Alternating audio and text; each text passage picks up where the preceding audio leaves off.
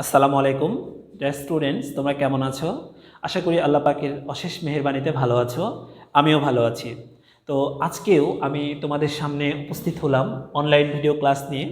আমার আজকের ক্লাসের topic modifier. Dear students, modifier আসলে কি, মডিফায়ার কাকে বলে, কত প্রকার এবং কোন কোন শব্দ আসলে মডিফায়ার হিসেবে বসতে পারে, কোন কোন শব্দের পূর্বে বসে, আমি আজকে সেই বিষয়গুলোই তোমাদের সামনে উপস্থাপন করার চেষ্টা করব। তোমরা একটু ধৈর্য সহকারে মনোযোগ দিয়ে আমার ক্লাসটি উপভোগ করো। ডিয়ার স্টুডেন্টস, এখানে আমি শুরুতে একটা বাক্য লিখব। দেখো, লিখলাম I bought a new phone. এখানে লিখব আমি I saw a flying bird. আবার লিখব he is driving a car to reach his office in time. তো আমরা এখানে তিনটা সেন্টেন্স লিখেছি। স্টুডেন্টস, আমি যদি তোমাকে প্রশ্ন করি যে what is the definition of A complete sentence, and আরও যদি কোশ্চেন করি যে what is the condition of a sentence, তাহলে তুমি কি বলবে? সেন্টেন্স হচ্ছে কি, যদি তুমি একটা সেন্টেন্স তৈরি করতে চাও তাহলে অবশ্যই তোমার মনের ভাবটাকে পরিপূর্ণভাবে প্রকাশ করতে হবে। এটা হচ্ছে ফার্স্ট কন্ডিশন। আর সেকেন্ড কন্ডিশন হচ্ছে একটা সেন্টেন্সের মধ্যে অবশ্যই একটা সাবজেক্ট লাগবে, একটা ভার্ব লাগবে, আর একটা অবজেক্ট লাগবে। তো এইখানে খেয়াল করে দেখো, আমি শুরুতেই একটা সাবজেক্ট লিখেছি, এরপরে একটা ভার্ব, এরপরে আমি যদি বলি অবজেক্ট হচ্ছে কি ফোন। তাহলে দেখো, আই বট এ ফোন, আমি একটা ফোন ক্রয় করেছিলাম, এটা একটা সেন্টেন্স। কিন্তু এইখানে আমি অতিরিক্ত একটা শব্দ সংযোজন করেছি, আর সেটা হচ্ছে কি নিউ। তো এই নিউটাকে আমি যদি বাদ দিয়ে দেই তাহলে আমার সেন্টেন্সের যে কন্ডিশন সেটা হচ্ছে কি পরিপূর্ণ অর্থ। দেখো, আই বট এ ফোন, আমি একটা ফোন ক্রয় করেছিলাম, তাহলে একটা পরিপূর্ণ অর্থ প্রকাশ পেয়েছে, অতএব এটা একটা সেন্টেন্স। আবার যদি বলি যে স্ট্রাকচার অনুযায়ী সাবজেক্ট, ভার্ব, অবজেক্ট, তাহলেও সেকেন্ড কন্ডিশনেও আমার এটা একটা পরিপূর্ণ সেন্টেন্স। কিন্তু এইখানে আমি নতুন একটা শব্দ কি লিখেছি? নিউ। এই নিউ শব্দটা বসে ফোন সম্পর্কে একটা অতিরিক্ত বা নতুন করে একটা ধারণা দিচ্ছে। কারণ তুমি আমাকে প্রশ্ন করতে পারো, স্যার আপনি যে ফোনটা কিনেছেন, ফোনটা কি নতুন না পুরাতন? প্রশ্নের তো শেষ নেই, আবার ব্যাখ্যারও শেষ নেই। যার কারণে এই নিউ শব্দটা ফোনের পূর্বে বসে এই ফোন সম্পর্কে নতুন করে একটা ধারণা দিচ্ছে। তো এই নিউ হচ্ছে এখানে মডিফায়ার। আচ্ছা, এরপরে দেখো, আমি এখানে লিখেছি I saw A flying bird. তো আমি যদি এই ফ্লাইং শব্দটাকে এখান থেকে কেটে দেই তাহলে আমার বাক্যটা কমপ্লিট হবে আগের কন্ডিশনগুলো অনুযায়ী। কারণ I saw a bird, I subject, saw verb, a bird হচ্ছে কি অবজেক্ট। অনুরূপভাবে এই ফ্লাইং শব্দটা এই বার্ড সম্পর্কে নতুন করে একটা ধারণা দিচ্ছে। কেন? তুমি আমাকে প্রশ্ন করবে, স্যার পাখিটি কেমন ছিল? উড়ন্ত ছিল না বসেছিল, ঘুমিয়েছিল না শুয়েছিল না ডালে বসেছিল, কি অবস্থায় ছিল? তখন আমি তোমাকে উত্তর করব কি যে না, পাখিটি আসলে উড়ন্ত ছিল। তাহলে এই যে উড়ন্ত পাখি, হ্যাঁ, বা উড়তে থাকা পাখি, তাহলে পাখি সম্পর্কে এই ফ্লাইং শব্দটা এর পূর্বে বসে এই বার্ড সম্পর্কে সে অতিরিক্ত ধারণা দিচ্ছে। এটা হচ্ছে মডিফায়ার। অনুরূপভাবে আমি যদি থার্ড সেন্টেন্সটি এক্সপ্লেইন করি তাহলে দেখো, হি ইজ ড্রাইভিং এ কার। আমার বাক্যটা কমপ্লিট, কারণ সাবজেক্ট, ভার্ব, অবজেক্ট। এইখানে আমি অতিরিক্ত কিছু লিখেছি, to reach his office in time. দেখো, এখান থেকে এই পর্যন্ত আমি অতিরিক্ত কিছু শব্দ সংযোজন করলাম। এখন সে গাড়ি চালাচ্ছে, সে একটা কার চালাচ্ছে, কেন চালাচ্ছে, কি কারণে চালাচ্ছে, তুমি প্রশ্ন করতে পারো না? সে কি শেখার জন্য চালাচ্ছে, না কোনো জায়গায় যাওয়ার জন্য চালাচ্ছে? অনেক কোশ্চেন করা যায়, কিন্তু আমি তো উত্তর দেবো একটা, যেটা কারেক্ট সেটাই। এখানে দেখো আমি লিখেছি ট্যুরিস্ট, পৌঁছাতে, তাহলে এটা একটা উদ্দেশ্য প্রকাশ পেয়েছে। আর এই উদ্দেশ্যটা কিসের? কাজের।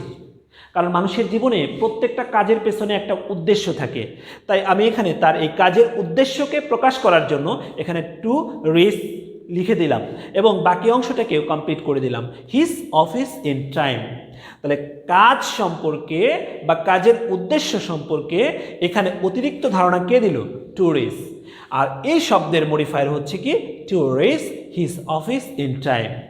স্টুডেন্টস, আশা করি আমার এই 3টা সেন্টেন্সের ব্যাখ্যা থেকে তোমরা বুঝতে পেরেছো যে আসলে মডিফায়ার কাকে বলে। তারপরও আমি তোমাদেরকে বলছি যে ওয়ার্ড বা ওয়ার্ডস সমূহ কোনো নাউন, অ্যাডজেক্টিভ, ভার্ব, অ্যাডভার্ব এর আগে, দেখো এখানে আগে বসছে, এখানেও আগে বসছে, কিন্তু এখানে ভার্বের পরে বসছে ট্যুরিস্ট, পরে বসে উক্ত নাউন, ভার্ব, অ্যাডজেক্টিভ, অ্যাডভার্ব সম্পর্কে নতুন করে অথবা অতিরিক্ত ধারণা দিয়ে থাকে, তাকে বলা হয় মডিফায়ার।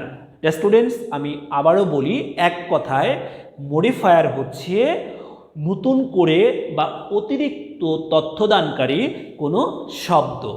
মনে থাকবে মডিফায়ারের অর্থটা কী? তাহলে নতুন করে বা অতিরিক্ত তথ্যদানকারী কোনো শব্দ। আর কাকে মডিফাই করতে পারে? নাউনকে মডিফাই করতে পারে, অ্যাডজেক্টিভকে মডিফাই করতে পারে, ভার্বকে মডিফাই করতে পারে, অ্যাডভার্বকে মডিফাই করতে পারে। স্টুডেন্টস, চলো এবারে আমরা নেক্সট আলোচনায় যাই। দেখো আমি এখানে 2টা কথা বলেছি এই মডিফায়ারের সংজ্ঞায়। যদি তোমরা মনোযোগ দিয়ে থাকো তাহলে বুঝতে পারবে যে একটা হচ্ছে আগে বসে মডিফাই করলো, আর একটা হচ্ছে কি পরে বসে মডিফাই করলো। তাহলে আগে আর পরে কয়টা কথা উল্লেখ করলাম? 2টা। তার মানে মডিফায়ার প্রধানত হচ্ছে 2 প্রকার। একটা হচ্ছে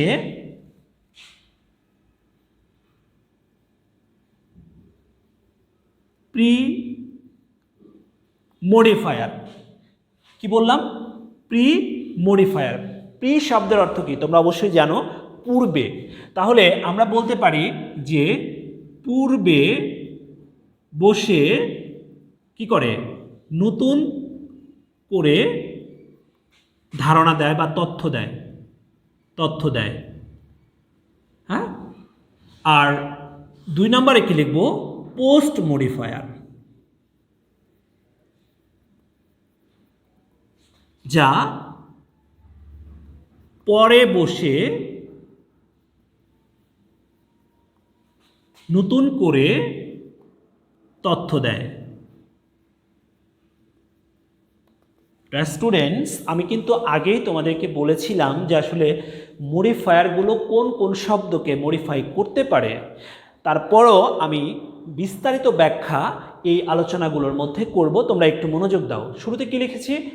প্রি মডিফায়ার, সংক্ষেপে লিখেছি পূর্বে বসে নতুন করে তথ্য দেয়। আর পোস্ট মডিফায়ার মানে পরে বসে নতুন করে তথ্য দেয়।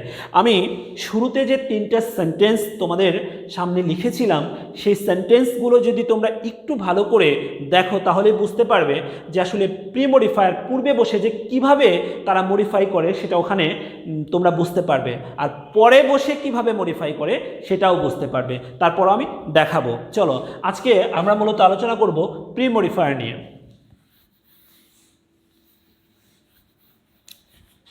যে কিভাবে আমরা প্রি মডিফায়ার ব্যবহার করতে পারি। শুরুতেই আমি লিখব অ্যাডজেক্টিভ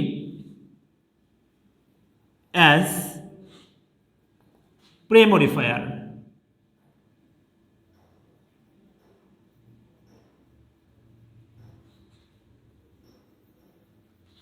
স্টুডেন্টস, এখন আমি তোমাদের কাছে কোশ্চেন করব যে adjective as pre modifier. As মানে হচ্ছে হিসেবে বা মতো, হ্যাঁ, কোনো কিছুর সাদৃশ্য। তো এর আগে আরও একটা কথা বলি যে মডিফায়ারগুলো মূলত হচ্ছে অ্যাডজেক্টিভের মতো, মানে প্রত্যেকটাই প্রায় অ্যাডজেক্টিভের মতো কাজ করে। কারণ অ্যাডজেক্টিভের সংজ্ঞাটা কি? দোষ, গুণ, সংখ্যা, পরিমাণ ইত্যাদি প্রকাশকারী শব্দকে কি বলা হয়? অ্যাডজেক্টিভ বলে। এটা তোমরা জানো, তাই না? তো মডিফায়ারের কাজটা কি? মডিফায়ারের কাজটা হচ্ছে নতুন করে তথ্য দেওয়া বা ধারণা দেওয়া। এখন নতুন কারো তথ্য বা ধারণা দিতে গেলে কোর্স তার দোষ, গুণ, সংখ্যা, পরিমাণ এগুলোই কিন্তু আসলে প্রকাশ করতে হয়। যার কারণে আমরা বলতে পারি যে modifier is a kind of an adjective. Modifier হচ্ছে এক ধরনের কি? অ্যাডজেক্টিভ। তো এইখানে প্রি মডিফায়ারের ক্ষেত্রে আমি লিখেছি শুরুতেই অ্যাডজেক্টিভ অ্যাজ প্রি মডিফায়ার। তো এখানে একটা জিনিস যে অ্যাডজেক্টিভ মূলত কাকে মডিফাই করে? দেখো অ্যাডজেক্টিভ আমি যদি লিখি তাহলে সে মডিফাই করবে হচ্ছে নাউন বা নাউন ফ্রেজকে। তো এইখানে মডিফায়ার হিসেবে কাজ করবে, কারণ দেখো নাউন বা নাউন ফ্রেজটা বসছে কিন্তু পরে, আর অ্যাডজেক্টিভটা বসছে আগে। তাহলে আগে মানে হচ্ছে কি? প্রি, আর পোস্ট মানে পরে। তাহলে মডিফায়ার হিসেবে কে কাজ করবে এখানে? অ্যাডজেক্টিভ। তাহলে আমি এইখানে নাউনের এই অ্যাডজেক্টিভের এখানে লিখব মডিফায়ার, মানে উনি মডিফায়ার হিসেবে কাজ করবে। তাহলে এইখানে আমরা কি লিখব? মডিফাই মানে কি? বিশেষায়িত করবে। কাকে করবে? আমি এইখানে লিখব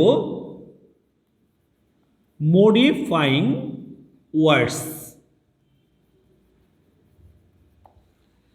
তাহলে আমরা বলতে পারি যে অ্যাডজেক্টিভ হচ্ছে এখানে মডিফায়ার, আর মডিফাই করবে মানে বিশেষায়িত করবে। কাকে করতে পারে? নাউনকেও করতে পারে অথবা নাউন ফ্রেজকেও করতে পারে। তো চলো আমরা একটা এক্সাম্পলের মাধ্যমে দেখে নেই। যেমন আমি যদি এখানে লিখি যে I saw a dash man yesterday। Students, আমার বাক্য কিন্তু কমপ্লিট। এখানে আমি যদি বলি I saw a man yesterday, হ্যাঁ, আমার বাক্য complete, but I have to use a modifier. হ্যাঁ, আমাকে একটা মডিফায়ার এখানে বসাতে হবে। কারণটা কি? কারণ এটা পরীক্ষায় তোমাকে অ্যান্সার করতে হবে, নাম্বার পেতে হবে। তাহলে এইখানে তুমি যদি একটা মডিফায়ার ইউজ করতে চাও, এমন একটা মডিফায়ার ইউজ করতে হবে অর্থপূর্ণ, যে মডিফাইং ওয়ার্ডটা তোমার এই ম্যান সম্পর্কে অতিরিক্ত ধারণা দেয়। কারণ আমরা কিন্তু শুরুতেই তোমাদেরকে বলে আসছি যে what is the definition of modifier. Modifier means কি? সে নতুন করে বা অতিরিক্ত ধারণা দেবে। তাহলে আমি যদি বলি, আগে তোমাকে এই সেন্টেন্সের উত্তর দেওয়ার আগে একটু বাংলাটা বুঝে নিলে ভালো হয়। আর আমি তো বলেছি যে নাউনকে কে মডিফাই করে? অ্যাডজেক্টিভ মডিফাই করে। আমি এখানে লিখে দিয়েছি না? দেখো adjective modifier modify noun or noun phrase. তাহলে স্ট্রাকচার অনুযায়ী তুমি বলতে পারো যে I have to use an adjective here. আমাকে এখানে কি ব্যবহার করতে হবে? একটা অ্যাডজেক্টিভ। তাহলে অ্যাডজেক্টিভের কাজটা কি? দোষ অথবা গুণ প্রকাশ করা। তাহলে আমি লিখতে পারি আই স এ ব্লাইন্ড। দেখো ব্লাইন্ড অর্থ কি? অন্ধ মানুষ। তাহলে আমি দেখেছিলাম গতকালকে একজন অন্ধ মানুষ। তাহলে এই মানুষ সম্পর্কে একটা স্পষ্ট, একটা নতুন করে ধারণা কে দিল? ব্লাইন্ড। তাহলে ব্লাইন্ড শব্দটা হচ্ছে এখানে মডিফাইং ওয়ার্ড, সরি মডিফায়ার, আর এই ম্যানটা হচ্ছে এখানে মডিফাইং ওয়ার্ড। আশা করি তোমরা বুঝতে পেরেছো। স্টুডেন্টস, এখন আমি তোমাদের জন্য একটা কাজ দেব এখানে, যেটা তোমরা ভিডিও দেখে করার চেষ্টা করবে এই রুলস দেখে। দেখো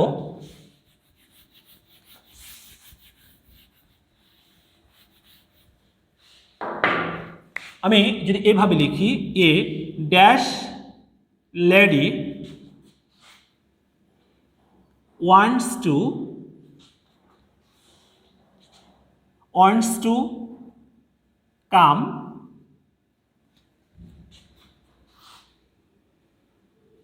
come at my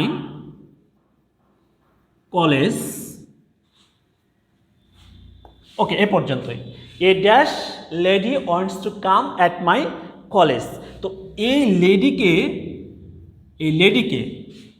লেডি শব্দটাকে তুমি বিশেষায়িত করবে এখানে একটা অ্যাডজেক্টিভ ইউজ করে বা অ্যাডজেক্টিভ অ্যাজ পোস্ট মডিফায়ার ব্যবহার করে। তো আশা করি তোমরা অবশ্যই এটা পারবে। স্টুডেন্টস, এবারে আমরা নেক্সট আলোচনায় যাব। এরপরে আমরা লিখব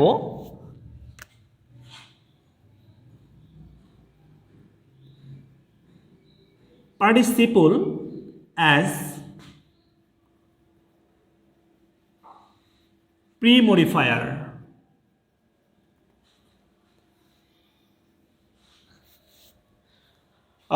ডিয়ার স্টুডেন্টস, তোমরা কি পার্টিসিপল সম্পর্কে তোমাদের কোনো ধারণা আছে? যদি না থেকে থাকে তাহলে আমি একটু ধারণা দিই যে পার্টিসিপল অ্যাজ প্রিমডিফায়ার। তো আমি এখানে পার্টিসিপল না লিখে পার্টিসিপলস লিখবো, বাট হোয়াই, কিন্তু কেন? কারণ আমি যদি পার্টিসিপল নিয়ে আলোচনা করতে যাই তাহলে আমি পার্টিসিপল, দুই ধরনের পার্টিসিপল এখানে ইউজ করব। পার্টিসিপলকে আমরা কয় ভাগে ভাগ করতে পারবো? এখানে দুইটা, মানে দুই ভাগে। একটা হচ্ছে, দেখো, এক নম্বরে আমি যদি বলি প্রেজেন্ট পার্টিসিপল, প্রেজেন্ট পার্টিসিপল, আর দুই নম্বরে হচ্ছে পাস্ট পার্টিসিপল।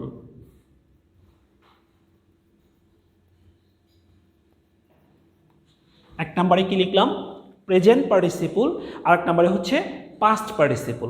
তো এখন তোমাদের জানতে হবে এই দুটাই কিন্তু কি করবে? মডিফায়ার হিসেবে কাজ করবে। বাট প্রেজেন্ট পার্টিসিপলটা কি আর পাস্ট পার্টিসিপলটা কি?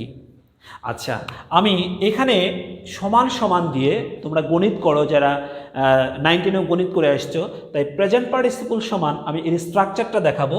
সেটা হচ্ছে ভার্ব 1 প্লাস আইএনজি, আর পাস্ট পার্টিসিপল হচ্ছে তোমার ভার্ব এর থার্ড ফর্ম। স্টুডেন্টস, ভার্বের থার্ড ফর্ম, তাহলে প্রেজেন্ট পার্টিসিপল সমান ভার্ব 1 প্লাস আইএনজি, আর পাস্ট পার্টিসিপল হচ্ছে ভার্বের থার্ড ফর্ম। এখন তোমাদের একটা কোশ্চেন এখানে আসবে আমি যখন পড়াবো, যে স্যার তাহলে I am eating I am eating rice, আমি যদি এই বাক্যটা লিখি, দেখো বোঝানোর জন্য লিখছি যে I am eating a mango. Sir তাহলে এখানে ইটিংটা কি প্রেজেন্ট পার্টিসিপল? কারণ আপনি তো লিখেছেন ভার্ব 1 প্লাস আইএনজি। না, এটা প্রেজেন্ট পার্টিসিপল না, কারণ এটাকে আমরা বলবো মেইন ভার্ব। তাহলে প্রেজেন্ট পার্টিসিপলটা কি? ভার্বের সাথে ঠিকই আইএনজি যুক্ত হবে, বাট এর পূর্বে কখনোই কোনো বিভার্ব থাকবে না। তাহলে উইদাউট বিভার্ব, বিভার্ব ছাড়া যখনই আমরা দেখব যে সেন্টেন্সের মাঝখানে আইএনজি যুক্ত কোনো ভার্ব বসে নাউন সম্পর্কে অতিরিক্ত ধারণা দিচ্ছে, তখন আমরা তাকে কি বলবো? Present participle. আবার যদি আমি এইভাবে লিখি যে I had done the work, তাহলে স্যার এখানে ডান, DON, ডান, তাহলে এটা কি ভার্বের থার্ড ফর্ম? তাহলে এটাও তো পাস্ট পার্টিসিপল না। এখানেও একটা কথা হচ্ছে without be verb, without be verb, without be verb ছাড়া যখনই আমরা ভার্বের পাস্ট পার্টিসিপল ইউজ করব, ঠিক তখনই আমরা তাকে কি বলবো? Past participle as premodifier. আবার উইদাউট বিভার্ব ছাড়া যখন আইএনজি যুক্ত কোনো ভার্ব ইউজ করব এবং তা কি করবে? তোমার নাউন সম্পর্কে অতিরিক্ত ধারণা দেবে, তখন সেটা হচ্ছে প্রেজেন্ট পার্টিসিপল অ্যাজ প্রিমডিফায়ার। স্টুডেন্টস, আশা করি তোমরা বুঝতে পেরেছো যে প্রেজেন্ট পার্টিসিপল এবং পাস্ট পার্টিসিপল আসলে কখন মডিফায়ার বা মডিফাইং ওয়ার্ড হিসেবে কাজ করবে। এবারে আমরা চলো এক্সাম্পল এবং স্ট্রাকচারের মাধ্যমে দেখে নেই। এখানে খেয়াল করো প্রেজেন্ট পার্টিসিপল, তাহলে আমরা একটু লিখতেই পারি এখানে যে প্রেজেন্ট পার্টিসিপল অ্যাজ প্রিমডিফায়ার।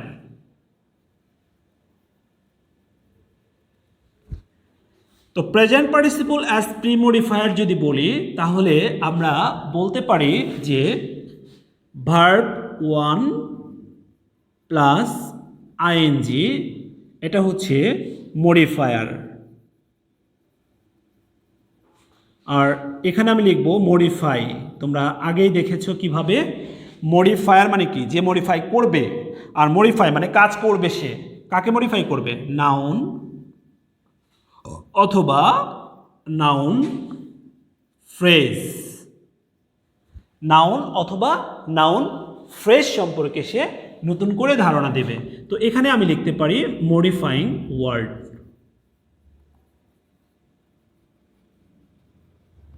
স্টুডেন্টস, একটা এক্সাম্পলের মাধ্যমে আমরা বুঝে নিই। দেখো, আমি যদি লিখি যে I follow A running THIEF, কি হলো? থিপ। তাহলে তুমি এখানে খেয়াল করে দেখো, আমি যদি বলি যে আই ফলো, আমি অনুসরণ করি, আই ফলো, আমি অনুসরণ করি এ থিপ, একটা চোরকে, তাহলে আসলে বাক্যের অর্থটা যেন কেমন হয়ে যায়, বাট কিন্তু সেন্টেন্সটা কিন্তু কমপ্লিট। কিন্তু এই থিপ সম্পর্কে আমি অতিরিক্ত একটা ধারণা দিতে চাচ্ছি, বাট কি ব্যবহার করে? প্রেজেন্ট পার্টিসিপল, দ্যাট মিন্স ভার্বের সাথে আইনজি যুক্ত করে। দেখো, এই রানিংয়ের আগে কিন্তু বি ভার্ব নাই, তার মানে এটা প্রেজেন্ট পার্টিসিপল। তাহলে আমি অনুসরণ করি একজন কি দুরন্ত, মানে সে দৌড়াচ্ছে চোরকে। তাহলে চোর সম্পর্কে এখানে অতিরিক্ত ধারণা কে দিল? Run plus I N G, running. অতএব এটা হচ্ছে এই বাক্যের কি মডিফায়ার। স্টুডেন্টস, এবার তোমাদের জন্য আমি একটা কাজ দিব, এই প্রেজেন্ট পার্টিসিপল ব্যবহার করে সেটা তোমরা কমপ্লিট করবে।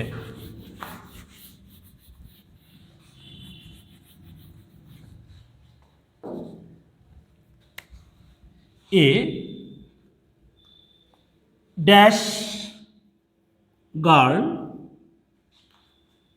is my younger sister.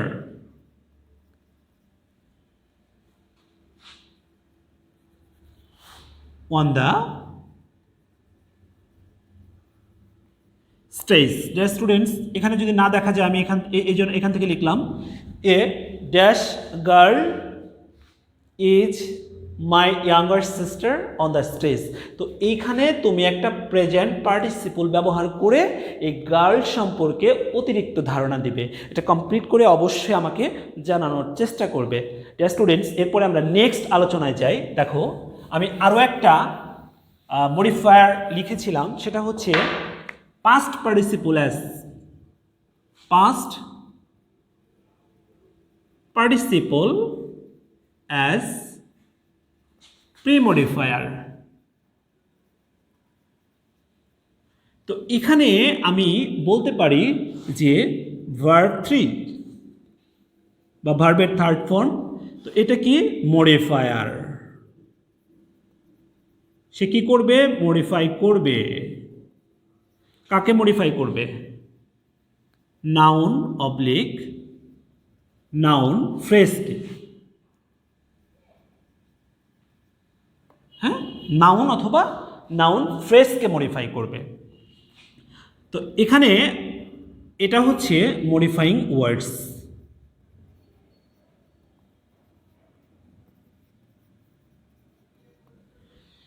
Dear students, এখানে খেয়াল করো যে মডিফায়ারকে ভার্বের থার্ড ফর্ম, আর সে কী করবে? মডিফাই করবে, মানে বিশেষায়িত করবে। আর এখানে কাকে বিশেষায়িত করবে? নাউন অথবা নাউন ফ্রেজ সম্পর্কে। চলো একটা এক্সাম্পলের মাধ্যমে দেখে নেই। আমি যদি বলি যে the old lady lets dash lives, এখানে ইন লিখতে হবে, in dash in an house. তাহলে তুমি এখানে কি লিখবে? কি লিখবে মডিফায়ার হিসেবে? একটা ভার্বের থার্ড ফর্ম তোমাকে ইউজ করতে হবে। তাহলে আমি আগে একটা দেখিয়ে দিই তোমাদেরকে। আমি এখানে লিখব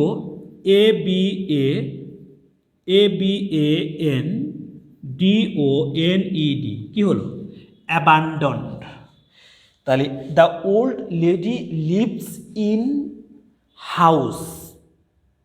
এখানে এই অ্যাবান্ডন্ডের কারণে আমি একটু ক্লু দিয়ে দিয়েছি, যেখানে অ্যান্ডটা আমি বসিয়ে দিয়েছি। তার মানে এমন একটা তোমাকে মানে পাস্ট পার্টিসিপল এখানে ইউজ করতে হবে যার শুরুতে অফকোর্স তোমাকে আবার ভয়েল রাখতে হবে। ঠিক আছে? তো এই জন্য আমি এখানে কি লিখলাম, অ্যাবান্ডন্ড। তো অ্যাবান্ডন্ড এটা কিন্তু ভার্বের কি পাস্ট পার্টিসিপল। অ্যাবান্ডন মানে কি পরিত্যক্ত করা, আর অ্যাবান্ডন্ড মানে কি পরিত্যক্ত। দেখো এই ভার্বের পাস্ট পার্টিসিপলের আগে কিন্তু কোনো বি ভার্ব নাই, মানে হ্যাভ, হ্যাজ, হ্যাড, বি এগুলো কিন্তু নেই।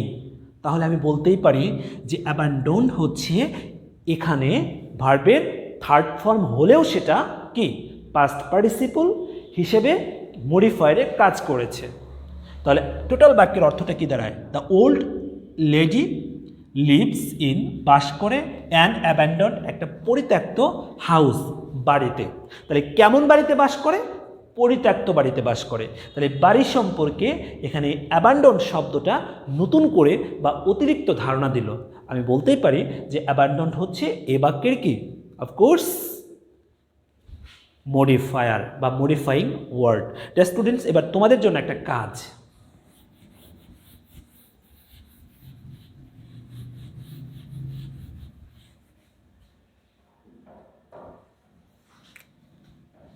যদি বলি যে the young lady gave me two it a dash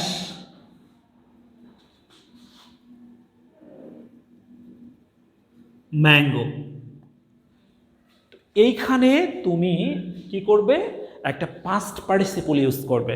past participle use করে অর্থাৎ যেটা হবে ভার্বের থার্ড ফর্ম এবং এই ম্যাঙ্গো সম্পর্কে সেটা অতিরিক্ত একটা ধারণা দিবে। এই বাক্যটি কমপ্লিট করে তোমরা আমাকে জানানোর চেষ্টা করবে। স্টুডেন্টস, তো আজকে এ পর্যন্তই। আরও অনেক আলোচনা আছে, ইনশাআল্লাহ আমরা পরবর্তীতে সেই আলোচনা নিয়ে আসব। আশা করি তোমরা পরবর্তী আলোচনাগুলোর জন্য অবশ্যই অপেক্ষা করবে এবং আমার জন্য দোয়া করবে। সবাই ভালো থাকো, আল্লাহ হাফেজ, আসসালামু আলাইকুম।